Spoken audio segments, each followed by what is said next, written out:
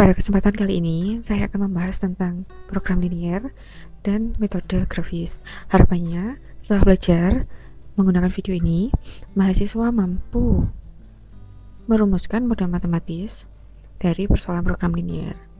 Kemudian mahasiswa juga mampu menjelaskan asumsi-asumsi apa saja yang ada pada program linier, serta mahasiswa mampu menyelesaikan persoalan program linier menggunakan metode grafis, utamanya menggunakan corner point.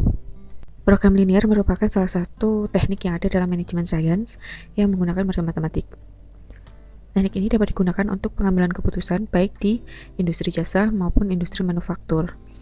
Menurut Taylor, model matematis yang digunakan itu memiliki hubungan yang linier, yang mana dalam model matematik ini terdapat sebuah tujuan dan batasan sumber daya. Terdapat 3 komponen dalam pembentukan model matematis dalam program linier. Pertama adalah variabel keputusan, yang mana variabel keputusan ini nilainya positif atau 0. Kalau negatif, berarti penyelesaian kita masih ada yang salah. Kemudian komponen yang kedua ada fungsi tujuan.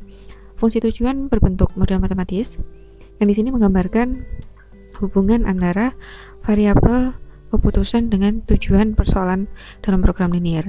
Tujuannya biasanya mengoptimumkan, yang mana dalam mengoptimumkan itu ada 2 hal, memaksimumkan dan meminimumkan. Dan yang ketiga terdapat fungsi batasan, yang mana fungsi batasan ini juga berbentuk model matematis, yang menggambarkan hubungan antara variabel keputusan dan sumber daya yang ada. Dalam menjelaskan model matematis dalam program linier, saya menggunakan ilustrasi persoalan di industri manufaktur pembuatan sepatu. Di industri ini diproduksi 2 jenis sepatu, sepatu pria dan sepatu wanita. Ketika melakukan produksi, perusahaan itu memiliki batasan berupa waktu pemrosesan. Sepatu pria dan sepatu wanita ini diproses dalam 3 tahap. Tahap pertama pembuatan pola, tahapan kedua penjahitan, dan tahapan ketiga pemeriksaan. Untuk tahapan pembuatan pola itu hanya tersedia waktu 6 jam dalam 1 hari. Kemudian penjahitan itu 10 jam dalam 1 hari, dan pemeriksaan hanya ada waktu 4 jam dalam 1 hari. Di sini manajemen, baik itu manajemen produksi maupun setingkat di atasnya, harus memikirkan dalam 1 hari itu ada berapa banyak sepatu pria dan sepatu wanita yang harus diproduksi. Untuk menjawab pertanyaan tersebut, pihak manajemen harus memiliki tujuan. Pastinya kalau kita menjual sepatu, tujuannya pasti mendapatkan keuntungan yang besar. Ketika keuntungan menjual satu sepatu pria itu adalah 30.000 dan sepatu wanita adalah 25.000. Ini berapa banyak yang harus diproduksi? Nanti bisa dihitung menggunakan program linier. Ketika kita menggunakan teknik program linier untuk menyelesaikan permasalahan pengambilan keputusan, kita harus membuat model matematis terlebih dahulu. Sebelum membuat model matematis pada fungsi tujuan dan fungsi batasan, kita rangkum seluruh informasi yang ada pada permasalahan dalam sebuah tabel. Di sini ada 3 kolom yang dapat kita gunakan dalam menyusun informasi yang ada pada permasalahan pengambilan keputusan. Kolom pertama menyajikan jenis-jenis sumber daya apa aja yang terbatas yang ada dalam permasalahan tersebut. 1, 2, sampai ke M sumber dayanya.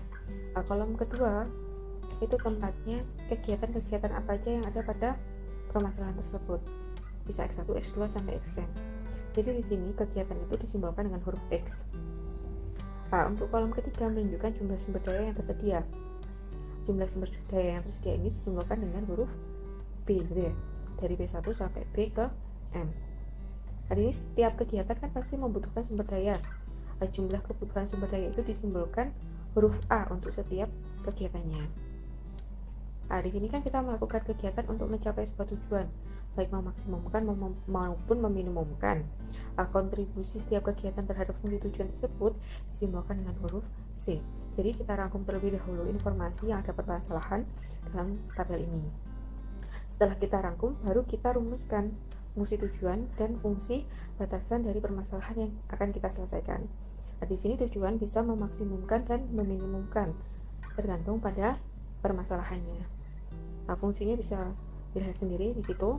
Model matematisnya Z sama dengan C1X1 plus C2X2 sampai dengan plus Cn Xn, tergantung jumlah kegiatan yang ada pada permasalahan tersebut. Di sini untuk fungsi batasannya, ini tanyanya tidak sama dengan gitu ya. Ini yang paling atas itu menunjukkan fungsi batasan pertama dengan jumlah sumber dayanya P1 gitu ya. Nah, di sini tandanya tidak sama dengan. Kalau fungsi tujuannya adalah memaksimumkan, maka fungsi batasannya di sini berbentuk kurang dari sama dengan.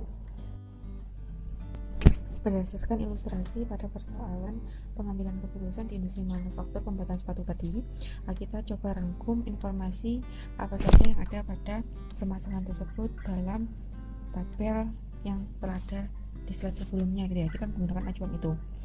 Kita identifikasi satu persatu terlebih dahulu. Yang pertama, kita cari tahu dulu variabel keputusan apa yang ada pada permasalahan tersebut.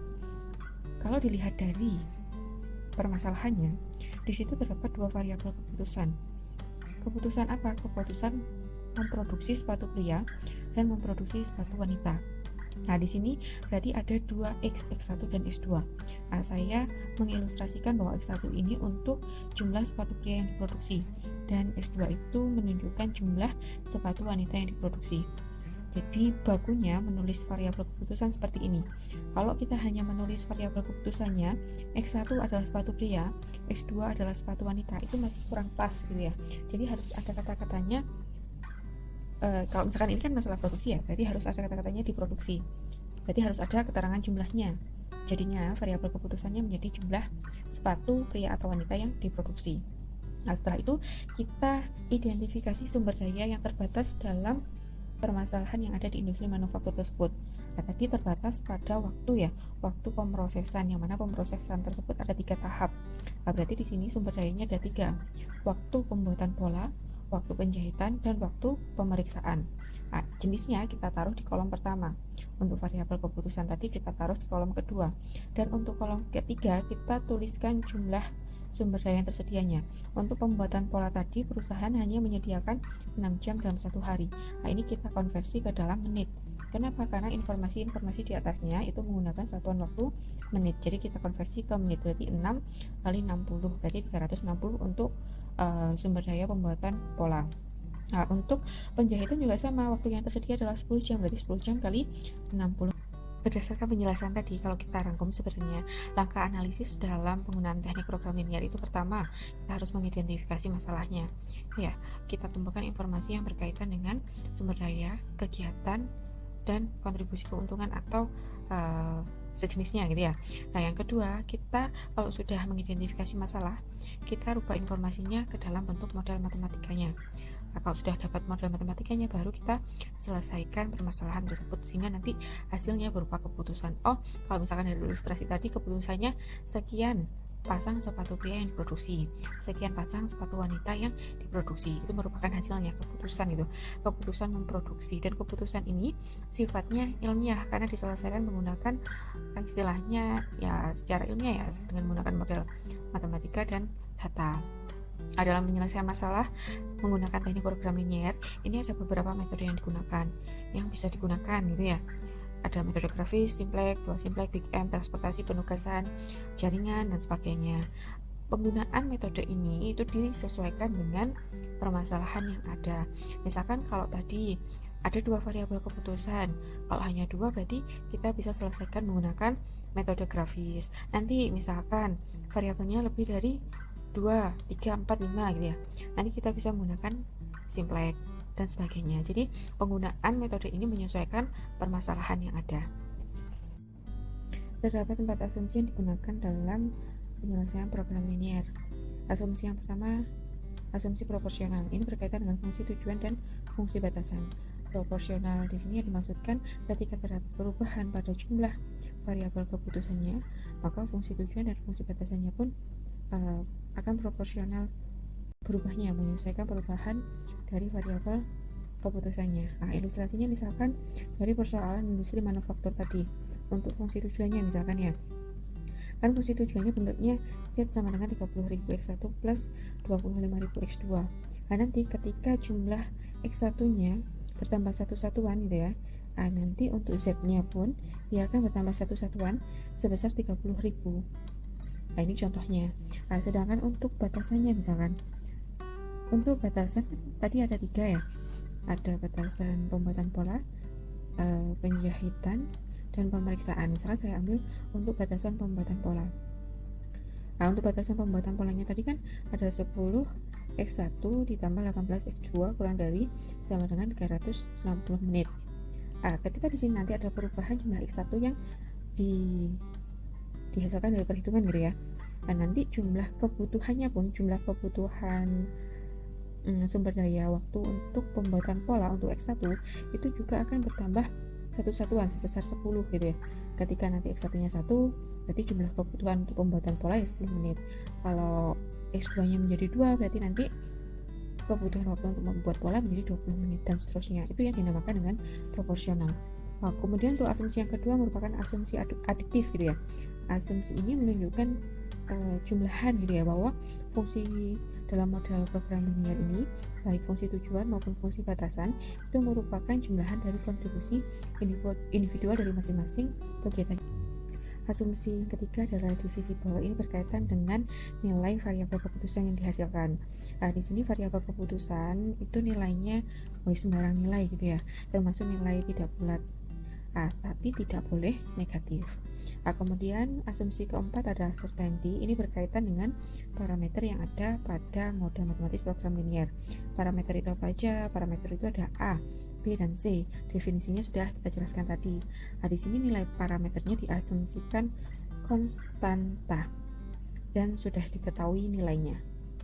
Itu tadi penjelasan tentang program linear. Untuk selanjutnya kita akan membahas masalah metode grafis. Di sini salah satu metode yang dapat digunakan dalam teknik program linear untuk menyelesaikan permasalahan pengambilan keputusan. Uniknya penggunaan metode ini dikhususkan untuk permasalahan yang memiliki dua variabel keputusan saja. Jadi minimum dan maksimum harus ada dua variabel keputusan. Metode ini menggunakan grafik sesuai dengan namanya ya. Jadi menggunakan grafik untuk menyelesaikan permasalahannya. Tahapannya ada berapa aja? Tahapannya ada 2 yang akan kita bahas selanjutnya. Tahap pertama dalam metode grafis adalah menentukan daerah visible. Maksudnya daerah yang memungkinkan terdapat solusi dari permasalahan pengambilan keputusan. Di sini ada beberapa tahap dalam menentukan daerah visible gitu ya. Yang pertama kita membuat grafik 2 dimensi. Yang namanya 2 dimensi berarti ada 2 sumbu X dan sumbu Y. Masing-masing sumbu di sini menyimbolkan variabel keputusan yang digunakan. Setelah kita membuat grafik 2 dimensi, tahapan selanjutnya adalah kita rubah tanda pada fungsi batasan. Tanda yang semula kurang dari sama dengan atau lebih dari sama dengan, kita rubah menjadi sama dengan untuk semua fungsi batasan. Kalau sudah dirubah, kita gambar masing-masing fungsi batasan dalam grafik 2 dimensi yang telah dibuat. Cara menggambarkannya ya seperti kita menggambarkan sebuah garis gitu ya. Ketika kita mau membentuk sebuah garis, berarti kita harus mempunyai 2 titik. Jadi sebelum membuat garis, berarti kita harus mencari 2 titik terlebih dahulu untuk masing-masing fungsi batasan. Baru kita buat garisnya dalam grafik 2 dimensi. Setelah kita gambarkan fungsi batasan dalam grafik 2 dimensi, selanjutnya kita tentukan daerah visibelnya. Bagaimana cara menentukan? Ya kita coba dengan sebuah titik, gitu ya. Baik titik yang berada di daerah bawah fungsi batasan maupun atas fungsi batasan, bisa dipilih salah satu ya. Kita cobakan titiknya di masing-masing fungsi batasan. Ketika titik tersebut kita masukkan ke dalam fungsi batasan dan nilainya sesuai dengan fungsi batasan yang ada, maka titik tersebut visible. Artinya daerah tersebut mungkin terdapat solusi dari permasalahan pengambilan keputusan. Kalau sudah ditemukan daerah visible-nya, biasanya di sini disimbolkan dengan arsiran ya. Baru kita selesaikan selesaikan permasalahan tersebut. Sebenarnya untuk metode grafis ada dua cara yang bisa digunakan, pakai isoprofit line dan corner point. Kalau isoprofit line ini kita menggunakan garis sejajar gitu ya, sampai ketemu titik optimum. Kalau corner point kita trial error, mencari titik mana yang menghasilkan fungsi tujuan yang optimum.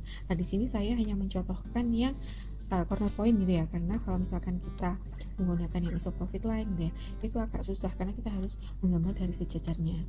Kalau misalkan pakai software masih gampang gitu ya. Untuk penyelesaian lebih lengkapnya terkait permasalahan pengambilan keputusan di industri manufaktur pembuatan produk sepatu tadi gitu ya. Nah, itu teman-teman bisa melihat video selanjutnya.